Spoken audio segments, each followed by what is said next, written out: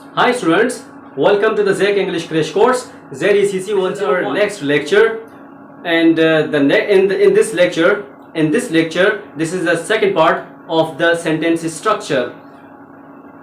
So the name of the second part of the sentence structure is the interrogative sentence और the question sentence है वो हमारा दूसरा part है sentence structure का. सेंटेंस स्ट्रक्चर का दूसरा पार्ट है सेंटेंस के टाइप्स, सेंटेंस के पार्ट्स, सेंटेंस के काइंड्स. तो आज का हमारा दूसरा पार्ट से, दूसरा काइंड से, दूसरा टाइप से वो है इंट्रोगेटिव सेंटेंस के बारे में. इंट्रोगेटिव सेंटेंस को क्वेश्चन सेंटेंस भी कहा जाता है. आइए देखते हैं कि क्वेश्चन सेंटेंस क्या है, ये क्यों इस्तेमाल किया जाता है, ये कहाँ इस्तेमाल किया जाता है, इसके यूजेजेस क्या हैं और इसका सिंटैक्स क्या है. So let's get started. Zach English Crash Course.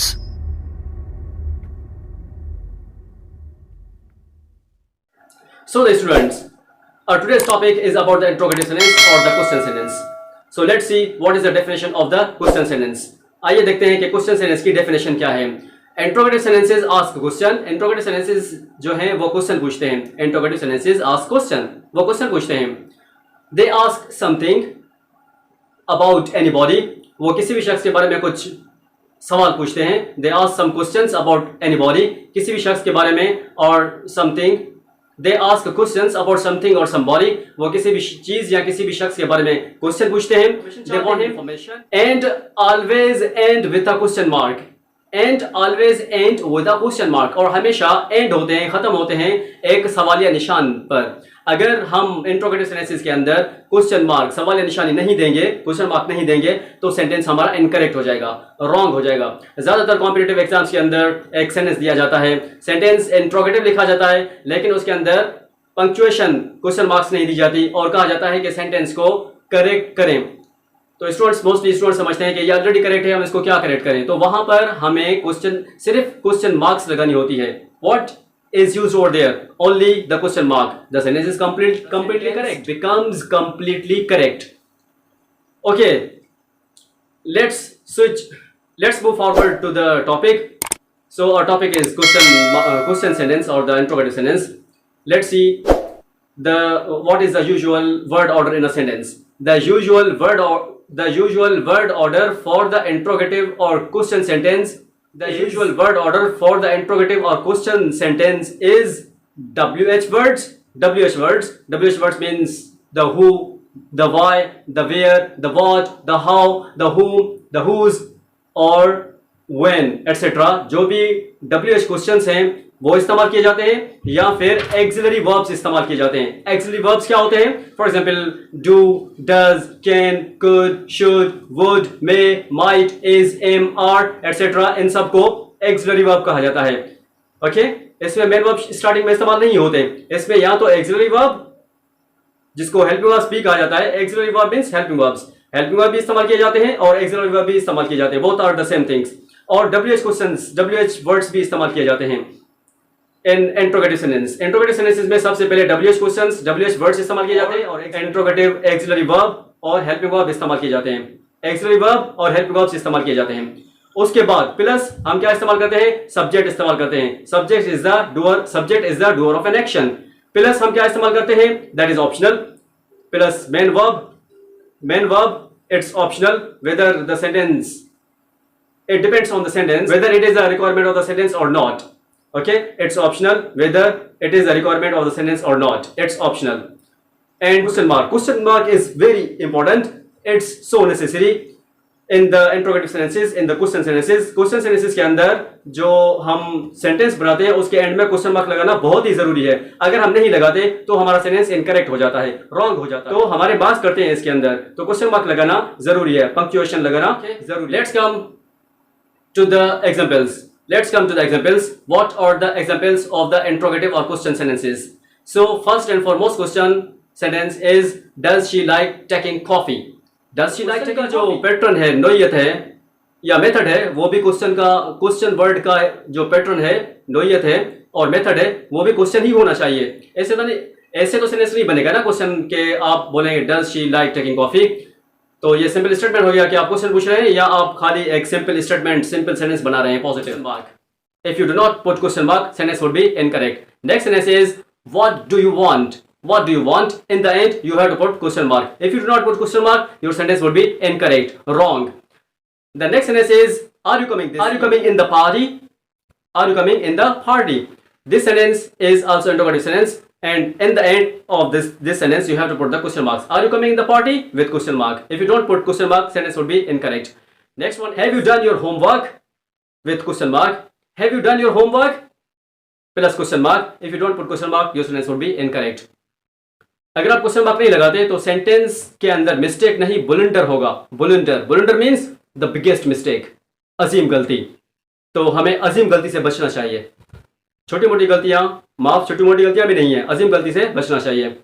हमें बुलंडर नहीं करना. ओके, ये तो वो है जो फॉर्मल मेथड के अंदर इस्तेमाल किए जाते हैं. इनका इनफॉर्मल मेथड या कॉन्ट्रैक्शन, जिसे कॉन्ट्रैक्शन फॉर्म कहा जाता है, कॉन्ट्रैक्शन फॉर्म कैसे बनता है, आइए देखते हैं कि इन सेंटेंसेस का कॉन्ट्रैक्शन फॉर्म कैसे बनता है. So the contraction form of all these sentences, isn't she coming this evening? Isn't she coming this evening? This sentence is the contraction sentence or the informal sentence. Mostly it is used in the spoken English. ये sentence spoken English के अंदर इस्तेमाल किए जाते हैं. ये sentence contraction के अंदर इस्तेमाल किए जाते हैं. ये sentence informal method के अंदर इस्तेमाल किए जाते हैं. पैराग्राफ राइटिंग, ऐसे राइटिंग, पिरसी राइटिंग के अंदर अगर आपने इनको इस्तेमाल किया तो आपका पूरा ऐसे गलत हो जाएगा, आपका पूरा पैराग्राफ गलत हो जाएगा, आपकी पूरी पिरसी गलत हो जाएगी. तो हमें कॉन्ट्रैक्शन फॉर्म्स रिटन के अंदर इस्तेमाल नहीं करने. हमें ये डायलॉग्स के अंदर इस्तेमाल करने हैं. हमें ये डायलॉग्स के अंदर इस्तेमाल करने हैं या फिर स्पीकिंग के अंदर इस्तेमाल करने हैं. Next sentence is, don't you like coffee? Don't you like coffee? This sentence, don't, is also contraction form or the informal method of the interrogative sentence. If you use it in the written form, if you use it in the written format, your sentence would be incorrect because it's not allowed in written format. Next sentence is the issue. This is also informal method or contraction form. If you use it in the formal method, in writing method, your sentence would be incorrect, wrong. It would be blunder. In the end of all these sentences, you have to put question mark. So the students, हमारा जो आज का topic था वो था interrogative sentences या question sentences. Question sentences हम क्यों इस्तेमाल करते हैं? इंट्रोगेटिव सेंटेंसेस हम क्वेश्चन पूछने के लिए, सवाल पूछने के बारे में क्वेश्चंस पूछते हैं, या फिर they ask something, they want information, वो इंफॉर्मेशन पूछते हैं. And they always and with a question mark, और वो हमेशा एंड होते हैं क्वेश्चन मार्क के साथ. अगर क्वेश्चन मार्क नहीं लाएंगे तो सेंटेंस गलत हो जाएगा. मिसाल के तौर पर, the usual word for the question sentence is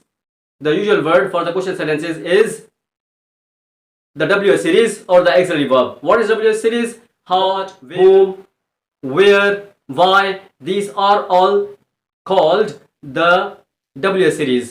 Okay, इसके अंदर नेक्स्ट वर्ड ऑर्डर कौन सा है? वो है हेल्पिंग वर्ब्स और the auxiliary verb. Helping verbs या फिर auxiliary verb है. हेल्पिंग वर्ब्स मिसाल के तौर पर do, does, did, has, have, can, could, should, may, might, would. These all are called the word order or the auxiliary verb or the helping verbs. मिसाल के तौर पर, does she like taking coffee? Does she like taking coffee with question mark is interrogative sentence. For example, sentence number 2 is, what do you want? आप क्या चाहते हैं? With question mark is an interrogative sentence. Are you coming this evening or are you coming in the party? This is also the question sentence or the interrogative sentence with question mark. Without question mark, it's incorrect. Next sentence, have you done your homework? This is also interrogative sentence with question mark. If you don't put question mark, sentence will be, have they driven to the city? Next sentence is, has he gone to USA by air? Has he gone to USA by air with question mark? Okay, the contraction form or the informal method is also used in the question sentence or the interrogative sentences. That is only used in spoken English, not in written method. For example, if you use it in paragraph writing, essay writing, PC writing, all the things would be incorrect, wrong. That's why you have to take care, you have to be careful in those things. Contraction के अंदर जो हम format इस्तेमाल करते हैं वो isn't, haven't, don't, doesn't, can't, etc. ये हम contraction फॉर्म में इस्तेमाल करते हैं. For example, isn't he coming this evening? Isn't he coming in the party? क्या वो पार्टी में नहीं आ रहा? Okay.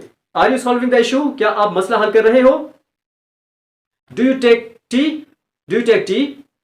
This is also question format. Haven't they solved the issue? Hasn't he written a book? These are all the types of the contraction or informal method. This was all about the interrogative sentence or the question sentence. See you after a short break in the next video. Take care.